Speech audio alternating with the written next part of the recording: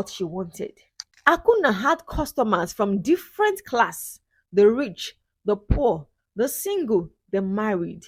She didn't care. Akuna has always been a principled and disciplined woman who believed that every penny you earn must be earned with dignity.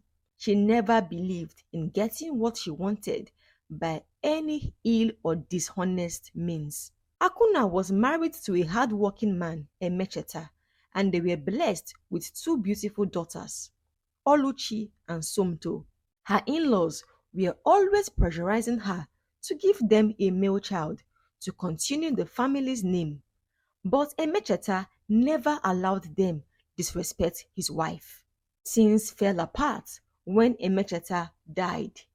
Akuna's in-laws came to the house and made away with all that her late husband left for her and the children. They pushed Akuna and her daughters out of their brother's house. They claimed that Akuna and her girls did not deserve to inherit anything Emecheta left behind because she didn't give birth to a son. Akuna and her daughters sat down on the ground, crying and begging Emecheta's family to show her mercy and allow her back into the house, at least to move her personal belongings. But Emecheta's uncle Maduka screamed at Akuna, saying, "You came into this house with nothing, and you shall live with nothing. You were an ordinary orange seller when my brother married you. He picked you up from the gutter. The least you could have done to show your appreciation was to give him a son. But no, you made him die without an heir, and for that reason, you and your daughters must leave this house empty-handed." the widow had no choice than to move from her husband's compound to a small hut in the village. Akuna's girls were still young, but they knew they were no longer going to enjoy the things they used to when their father was alive. They questioned their mother about everything, but all she could do was promise them that she won't let them suffer. Fortunately for Akuna, she had managed to hide a piece of land from her in-laws. She turned the piece of land into a means of livelihood for her and her daughters. She cultivated different crops on it and made some good money from the land. Her in-laws became jealous as they wondered how she was still able to take care of herself and the girls despite taking away everything from her. They wanted Akuna to end up begging on the street for survival, but she proved them wrong. Just when the children were beginning to adjust to living a better life, Akuna's in-laws did a thorough investigation into Akuna's source of livelihood, and soon they found out about the land and took it from her.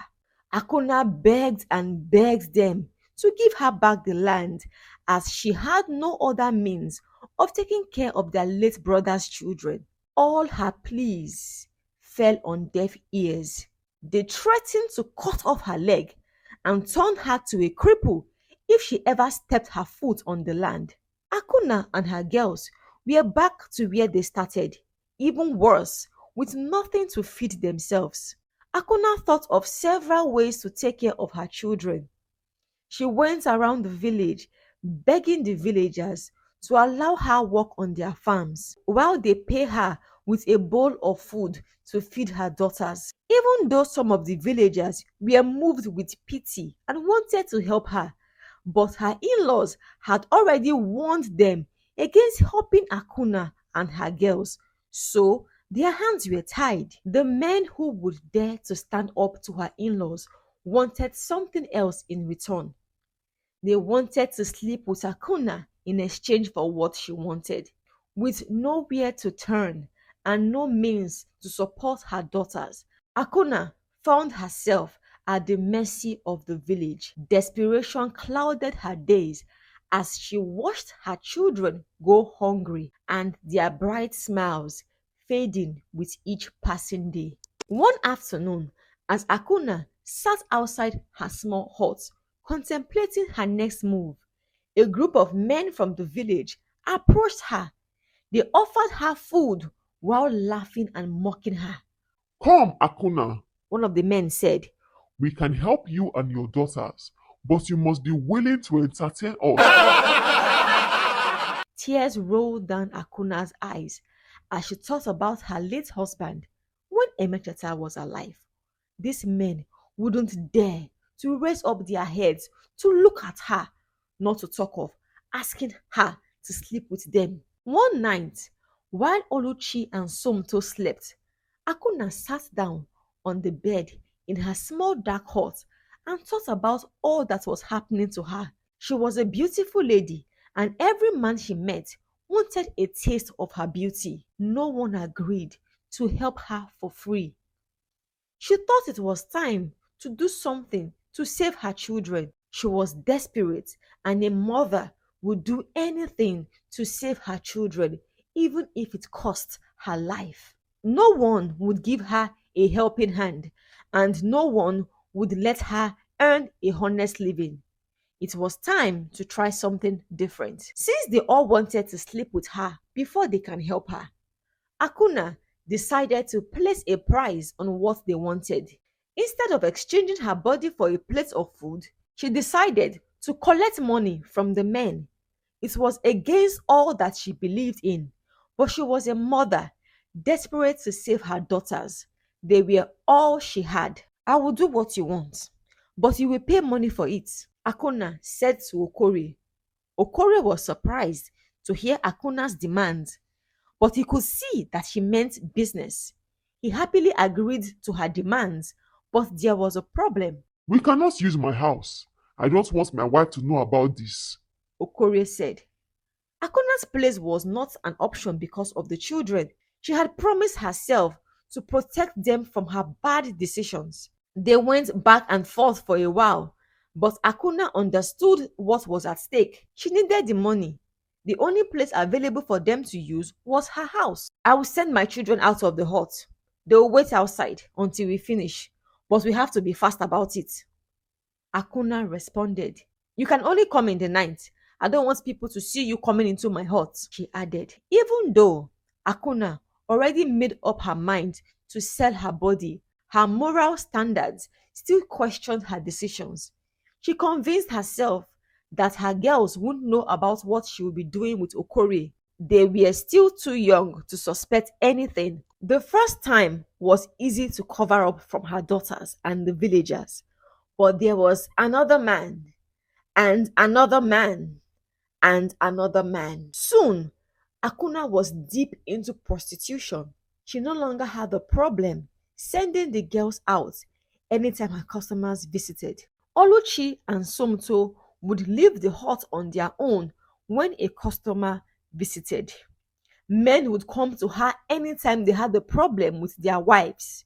She was their rebound, and she didn't mind as long as they paid her what she wanted.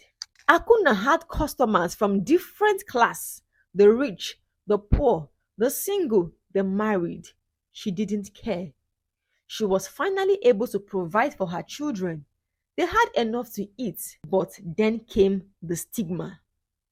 Everyone called her the village prostitute.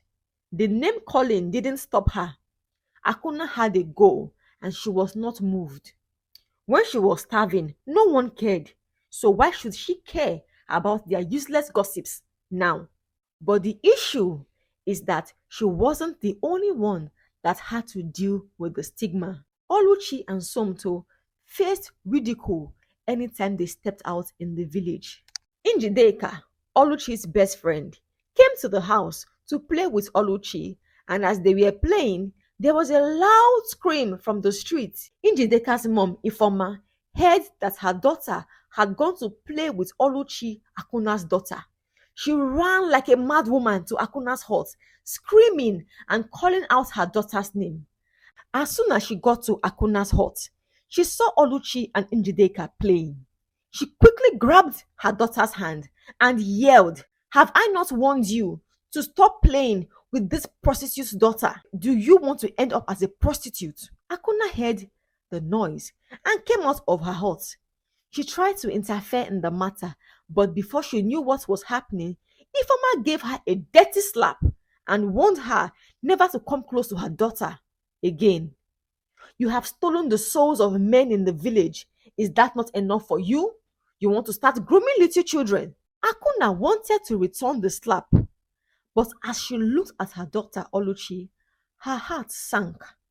She knew this was all her fault. She turned to face her daughter to console her, but Oluchi ran into the hut crying. As soon as Oluchi entered the hut, Akuna gave Ifeoma a dirty slap and warned her never to bully her daughter and to never step foot in her hut again. Ifeoma saw that Akuna was ready for a fight, so she quickly took her daughter and left while raining curses on Akuna. "You need to stop this lifestyle, Akuna," Amaka yelled. Amaka was Akuna's childhood friend, but she moved to a different village with her parents. She was the only person who truly cared about Akuna and her daughters. Sadly, there was so little she could do to help her unfortunate friend. The distance between both of their villages did not make it easy for her to help. Amaka could only visit her friend once in a while with foodstuffs and the little money she could spare for her children's upkeep. Akuna shared her plans with Amaka in secret. Even though Amaka was excited about the plan, she wasn't comfortable with the way Akuna was going about it. She knew anything could go wrong with her friend's recent lifestyle. Akuna continued sleeping around while her daughters had to deal with the situation. One cold night, while the guests were asleep in the hut, Akuna had a late night customer. She had to send the girls out into the cold. They waited painfully outside as Akuna and her customer had their way in the hut. 10-year-old Oluchi, Akuna's eldest daughter, watched her sister Somto freeze out in the cold. She could see as Somto cried for a little warmth. Oluchi had to cuddle Somto and hoped that their bodies would produce enough heat to keep them warm until their mother was done. When Akuna was done with her customer, Somto ran into the hut, but Oluchi stayed back, sobbing. Her mother approached her, wondering why she still chose to remain in the cold. Mama, do you ever worry about how we feel? You pushed us out into this freezing cold just to spend time with a man? Everyone in this village calls us daughters of a prostitute. Why do we have to suffer for your actions? What crime did we commit? Oluchi demanded with tears. Tears ran down Akuna's cheeks. She could feel her daughter's pain. The widow could only wish her daughter would understand that she was risking her life and her name for her and her sister's future. There were no words from Akuna to comfort her eldest daughter. All she did was apologize and hugged her tightly as she led her back into the hut. You would think that the heart-to-heart moment between Akuna and her 10-year-old daughter would make her stop.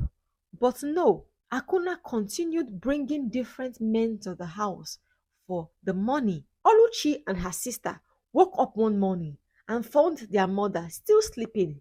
It was strange for Akuna to still be asleep after sunrise.